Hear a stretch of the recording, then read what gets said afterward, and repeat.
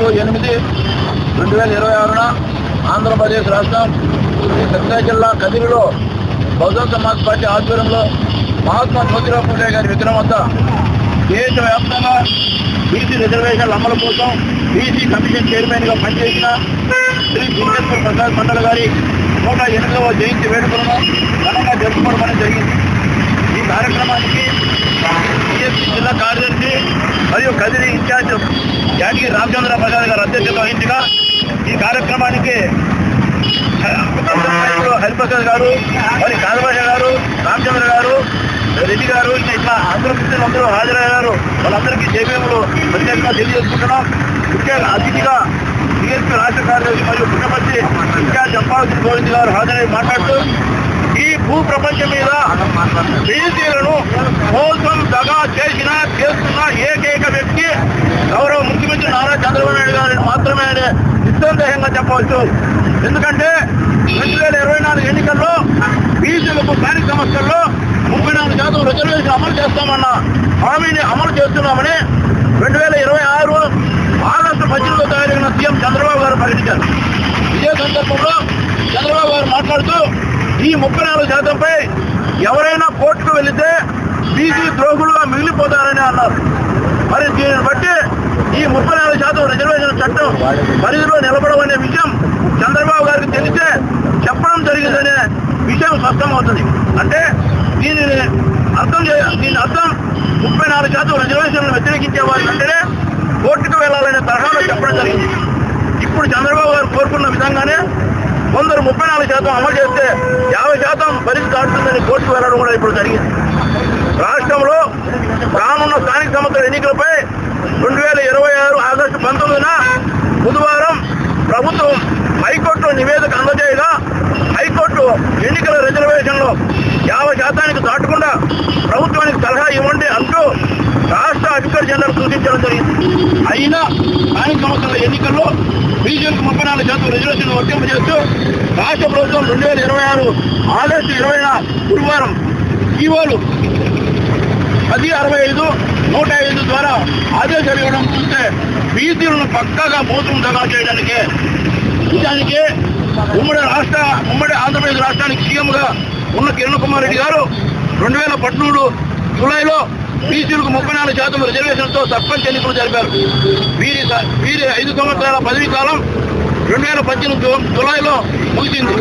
ఈ 2018లో సీఎం చంద్రబాబు గారు 2012 జూలై 9వ తారీఖున ప్రకటించిన బీసీ డిక్లరేషన్ ప్రకారం 2014 ఎన్నికల మేనిఫెస్టోలో పొందుపరిచిన విధంగా స్థానిక సంస్థల్లో బీసీలకు 50% రిజర్వేషన్ అమలు చేస్తామన్న హామీని అమలు చేయాలి. కానీ ఆ మేరకు 50% అమలు చేయాల్సి వస్తుందన్న దురుద్దేశంతోనే అప్పటి వరకు అమలవుతున్న 34%పై కోర్టుకు వెళ్లారని ఎన్నికలు జరపలేదు. ఆ తర్వాత అధికారం మారి సీఎంగా ఉన్న వైఎస్ జగన్మోహన్ రెడ్డి గారు కోర్టు 34% నుంచి 24% తగ్గించిందని ఎన్నికలు జరపడంతో దాదాపు 16,500 పదవులు బీసీలు కోల్పోవడం జరిగింది. ఆ సందర్భంలో కోర్టుకు పోయిన ప్రతాప్ రెడ్డి సీఎం జగన్మోహన్ రెడ్డి గారితో దిగిన ఫోటోను ఆంధ్రజ్యోతి ఈనాడు పత్రికల్లో వేసి జగనే కోర్టు పంపాలని రాశారు. జగన్ గారితో ఫోటో దిగిన అదే ప్రతాప్ రెడ్డి చంద్రబాబుతో దిగిన ఫోటోను పార్టీ పత్రికలు వేసి చంద్రబాబు కోర్టు పంపాలని రాశారు. నిజానికి చంద్రబాబు గారు 2018 జూలైలోనే 2014 ఎన్నికల మేనిఫెస్టో ప్రకారం స్థానిక సంస్థల బీసీలకు 50% రిజర్వేషన్ అమలు చేస్తామన్న హామీని అమలు చేసి ఉంటే ఇంతటి తీరని అన్యాయం బీసీలకు జరిగి ఉండేది కాదు.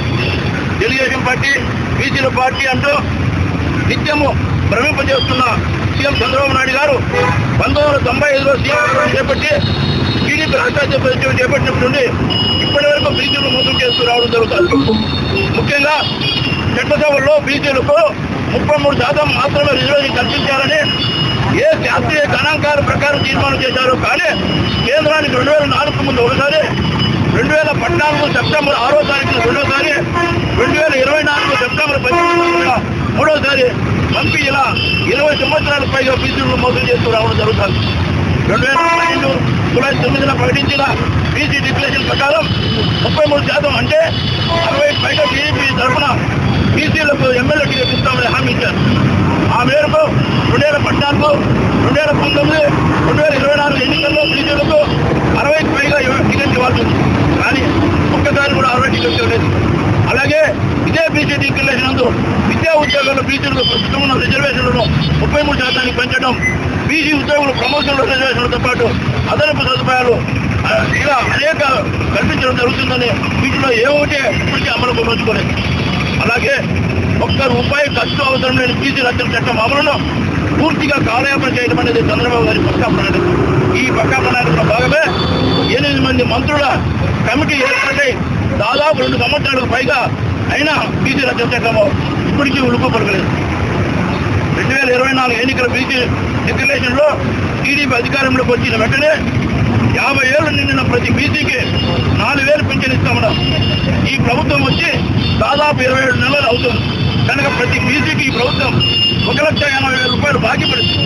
కనీసం ఇప్పటి నుంచైనా ఈ బాకీ పడ్డ 1,80,000 పాటు ప్రతి నెల 4,000 పింఛన్ ఇవ్వాలని బీఎస్పీ డిమాండ్ చేస్తున్నది. జై భారత్.